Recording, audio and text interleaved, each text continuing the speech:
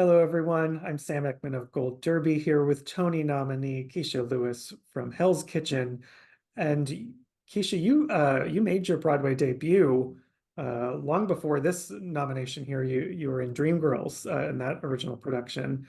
And what does it feel like to now, some 40 years, I think, after that show, to become a Tony nominee? What is that like? It's a little surreal. I had kind of let go of the idea that that would happen for me because it's been quite a long time for me. But at the same time, it's also full circle in that this is the 40th year, which I think is very interesting. Um, the day before the Tonys will be 40 years exactly, so June Wow. 15th. So it's all very ironic. Yeah, Um, enjoying it all. Yeah, well, this character you're playing, Miss Liza Jane, she's the piano teacher. She teaches Allie piano, but there's not an overabundance of backstory of information shared about her, but you convey so much uh, within your material. Was there a kind of teacher in your life that you maybe drew on for this character?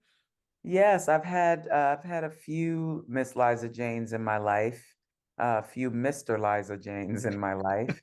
There are two people in particular that I'm utilizing their teaching, their mode of teaching with me, and both of them were high school teachers. I went to the High School of Performing Arts, Hmm. and one is my acting coach who is still with us, and the other was my voice and diction teacher who is no longer with us. Oh, I'm sorry to hear that, but glad they live on in the Yes, show in a way.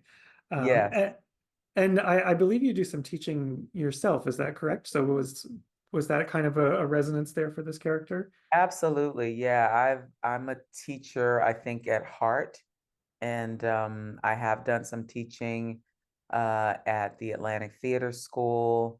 I've done a master class at Juilliard. I've done a couple of master classes at NYU, which is where I went to school. And I took a break actually from the business for a little bit. And one of my jobs that I had during that break, I taught fifth and sixth grade at a private school. Wow. Yeah. If you say you're a teacher at heart, what speaks to you the most about being a teacher? I think what I enjoy most is helping people to discover more than what they already know their value and perhaps the other gifts inside of them that they either haven't discovered yet or they don't recognize parts of themselves that really are gifts that other people don't necessarily have and that it's not common, but they have it. A great example is my son. My son will be 21 in November. And a couple of years ago, he took on a summer job doing some stagehand work. And when he would talk about it, he would say, Mom, it's so easy. I don't get what the big deal is about. I said, honey, it's easy for you. It's not easy for everybody. That's a gift. Mm, You being able to do that and find it simple and not, super duper challenging, that's gift. So yeah. yeah. Well, in this show, you have a couple incredible numbers. One of them being "Perfect Way to Die," which you can like as I'm sitting there watching it, it's like you can feel her entire lived experience, kind of thundering through this song. What does it feel like to perform that? It feels no one's ever asked me that. What does it feel like? It feels like in that song, I'm probably the most fully Miss Liza Jane that I am than in any other moment in the show, where her past is colliding with her present. Um, the things that she's seen are and not experienced are also colliding with things that she has experienced. And I think what I try to convey is all of what is going on inside of her as she's sharing the story with Allie, which is the song, um, about how a mother feels when her son dies prematurely, about police violence, about the response of people to that kind of violence, and also, unfortunately, the response very often of people in authority, people who have ways to help the situation legally and don't. So it's all the feelings about all those things being conveyed in one song. Mm. Yeah, and it's of course the songs are from Alicia Keys, who I know was very, involved throughout the process of this show. Was Yes. it ever daunting to have Alicia sitting there and saying, "Okay, I'm going to take your song. I'm going to take it in maybe a different way than you've done it and do my own thing with it"? Is that a daunting process? Yeah, it can be a little intimidating. But fortunately, Alicia is really one of the less celebrity-like celebrities I've ever met. She she's very down to earth, she's very grounded, she's very much in touch with where she grew up, where she came from, the things that she's seen in her life, and recognizes how fortunate she is. And so she makes you feel at ease, Mm. from the first meeting. She really makes you feel at ease. Yeah. Did she have any notes after she heard it for the first time, your version? Oh yeah, she had plenty. I mean, I think we've crafted it over time. The very first coaching that she and I had together, she talked to me about what she was thinking when she wrote the song, what was going on in the world, what was going on in her heart, um, and feeling the need to musically express her observations and what she felt about what was going on. And, I was around during the same time, seeing the same thing that she was seeing and experiencing. And I also have a son who was a teenager when all kinds of big craziness happened all at once during the pandemic, the worst of the pandemic, I should say. And so being able to combine both of our experiences in figuring out how to do this song. Even the key, initially the key of the song was in her key. If you go on YouTube, you can see her singing the song and the video for the song. And I was singing it there. But as we worked on it, and the more I sat with it, I realized that that key wasn't right for Miss Liza Jane. So I worked on a key that was a bit lower, and had to bring it to Alicia and ask, what do you think about this? And she was like, I think it's mind blowing. And if you can do it 8 shows a week, do it. So that's where we landed. That's awesome. And the audience absolutely loses their mind when you're done with this number. And the show in general, I think, it has so much energy that the audience can't help but give that back. What does it feel like to be on the receiving end of that energy? It's really electric. There are some nights where when the audience applauds, I feel like my hair is blowing back because that energy, that synergy of joy from 1,500 people coming at you all at once, it's like a wall of excitement, and it kind of pushes through us very often when we're in the dark before they turn the lights up, before we take the bow. We as a company are going whoa, like everybody is saying whoa because we can feel what's coming at us. Mm. It's very exciting. Yeah, and the moment, we share a lot of moments with Malia Joy Moon. There's such a really interesting, special bond between these two characters. What has it been like working on that relationship with her? It's very similar off stage, Mm. how it is on. Our dressing rooms are next to each other. When we were at the public, we shared a dressing room. So we've gotten very close over the months, and now year, I guess, that we've known each other and been working together. And she's such a lovely person, and to be as young as she is and be such a conscientious performer and very giving, wanting to make sure that whoever she's doing a scene with is getting what they need in order to do their best work. You don't hear people doing that anymore, but this kid, she's 21 and she already has it. So it's a joy to experience all of this through her eyes. This is all new for her, and also be there to share with her any experience that she asks of me to share, in our offstage moments. So it's very similar. Mm. Is there a major way that the show or character has changed for you since that public run? Like, is there something that you feel like you've found more of on Broadway? Yeah, that's a great question. I would say more of her. Initially, I was playing her that she was very stern, Mm. until you find out her secret. And um on Broadway, what feels more right in this iteration as we've worked on it is that you see glimpses of that softness beforehand, and finding those places with our director, Michael Greif, and sensing what's going on between Malia and I in a given scene, um, has deepened it in a different kind of way. So she's a little more, I think Miss Liza Jane is a little bit softer than she was at the public. Mm. Yeah. That makes me think of you have a lot of my favorite lines in this show, Mhm.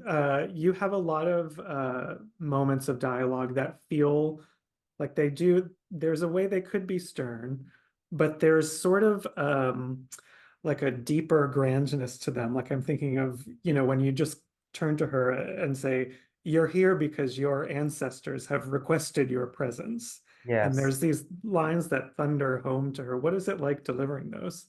It's amazing. I feel like I'm speaking for and representing a lot of ancestors, not just this character on the stage, but a lot of us as human beings. And I believe that statement. So it's an easy line to deliver. I think that we all are our ancestors' dreams, spoken and unspoken. And some of us have gone beyond what our ancestors did dream. So I think that when you think about family and ancestry, very few of us, I believe, especially as performers, have the experience of having family that dreamed this for us. They did not dream this. So it's actually quite beyond what I know with my parents, it certainly was. I know it was. Mm. Yeah. And this score, obviously the songs were not originally created for musical theater storytelling in Right. mind. So when you get a song like these ones you have, do you have to approach them differently than you would a normal musical theater score? Was there anything different in unpacking the lyrics? No, actually, I mean, storytelling is storytelling. Singing is just for musical theater is just when there's no more words and you just have to sing. You just have to heighten what needs to be said. And I think the only thing that may be a little different from musical theater as we're accustomed to it is that these songs are in a genre where you have the freedom to sing them a little differently than what you normally hear in musical theater. And Alicia has been very generous and also adamant that we as artists feel fulfilled in singing her music. So she wants to hear, how would you do this? Let me hear your version. Throw mine out. Let me hear what you would do. And then other times she'll say, listen to my version. I think that's a little closer to what the show needs. So she's very specific and able to put her finger on what is needed. And that has come over time, which is very interesting because she said herself that she didn't know that as she was writing and recording these songs, she had no idea that they could be used in this way or they could be sung in this way, or songs that were just her singing can be duets and four people singing, and all of that very different. Yeah.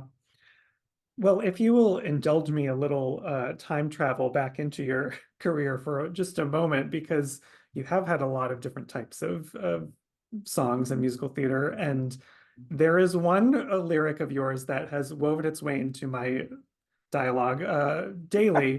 Every time I hear the word trick or the Trix commercial comes on, I just immediately go, I'm Trix, the aviatrix, and see you flying in and Drowsy Chaperone on your plane. What was your favorite memory from that experience?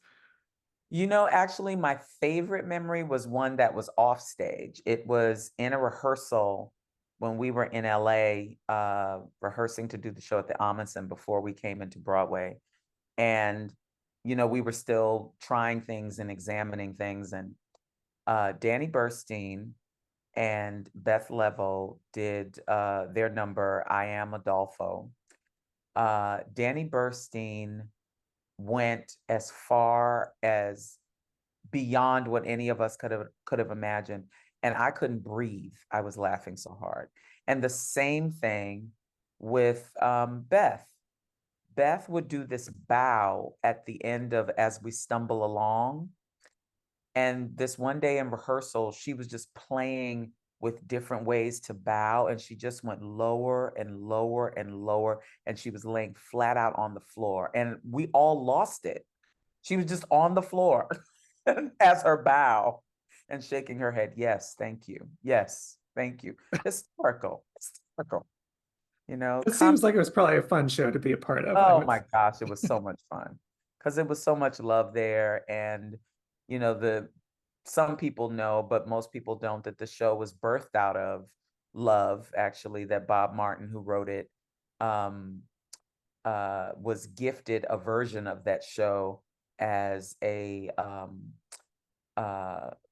before he was marrying his wife, and it was presented to him, and he got the idea as this was being presented by his actor friends that this could really be like a show.